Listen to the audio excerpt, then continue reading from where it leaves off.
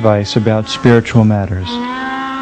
When the fight for India's independence from Britain began, Nirmala and her family were at the heart of the struggle.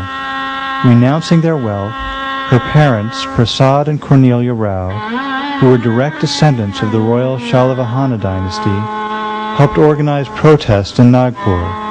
As a result, they were frequently put in prison from 1928 until freedom was won in 1947. They made it a family rule that no one was to shed tears upon their departure for jail, teaching the children to share in joy and grief alike. After all, their incarceration was a step towards freedom for their mother India, and there was no need to be sad.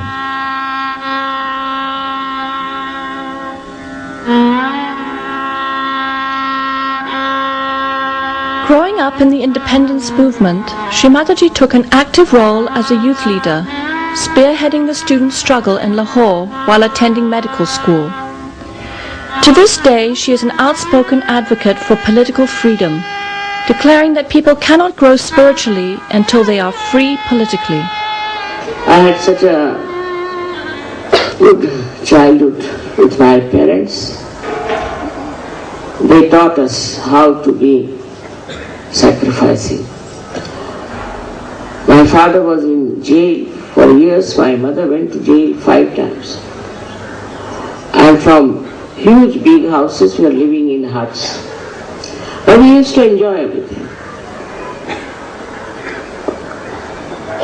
The feeling that whatever our parents are doing is for our country's freedom was so elevating that we never even thought of little comforts that children ask for.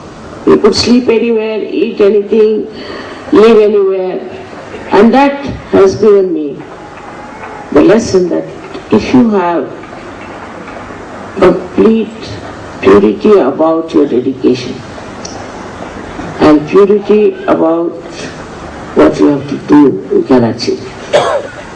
And as Gandhiji had said, we have to have first freedom. I saw the Union Jack coming down and I saw the tricolor going up. That was the moment. It's beyond me. Even now, I remember those days. Following the success of the freedom movement, her father played a key role in helping to write the new constitution and to set a new government into motion. Now that Mother India was beginning to stand on her own, Srimataji felt free to marry. In 1947, she married Mr. C.P. Srivastava, a prominent member of the Indian Civil Service.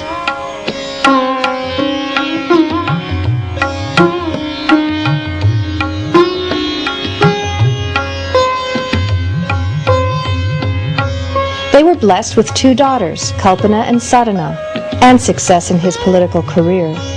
He was appointed personal secretary to one of the most famous and beloved prime ministers in Indian history, Lal Bahadur Shastri.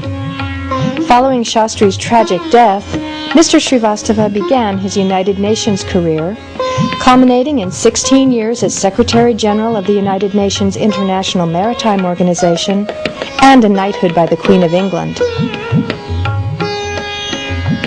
During this period, Srimataji waited patiently for the right time to begin spreading her divine message.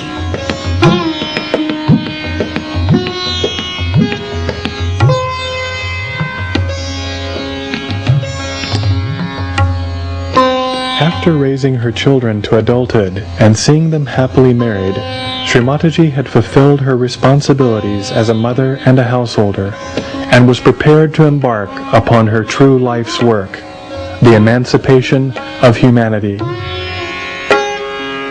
Having been invited to the ashram of a prominent local guru in 1970, she was shocked to see him looting people in the name of spirituality. Suddenly aware that the seekers everywhere were in danger from this future trend, Srimataji searched deep within herself for a solution. She spent the entire night on the seashore contemplating. And in the early hours of the morning, disgust with the falsehood she had witnessed, and compassion for her children everywhere forced her to act. She meditated upon the Sahasrara, the energy center on the crown of the head, and prayed that all the seekers of truth would eventually receive their enlightenment and bring about the dawning of collective consciousness in humanity. She describes this historic event.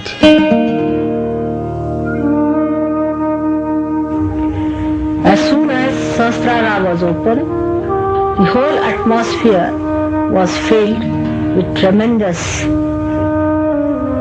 Chaitanya. And there was tremendous light in the sky. And the whole thing came on this earth as if a torrential rain or a waterfall with such a tremendous force, as if I was unaware and got stupefied.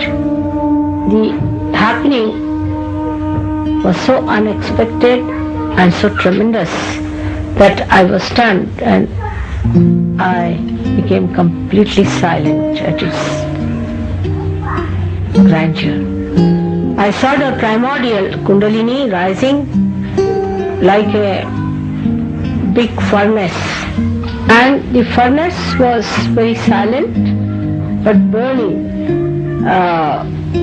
appearance it had, as if you heat up some metal and it has many colors. In the same way, the Kundalini showed up like a huge furnace, which is like a tunnel,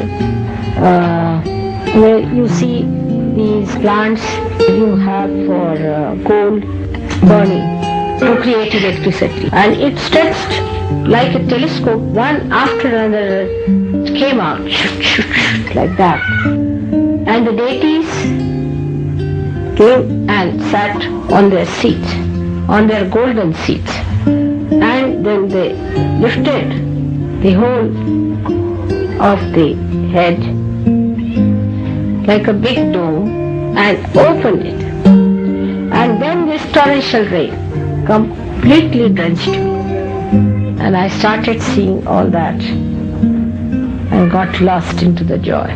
It was like an artist seeing its own creation fulfilled. I felt the joy of great fulfillment.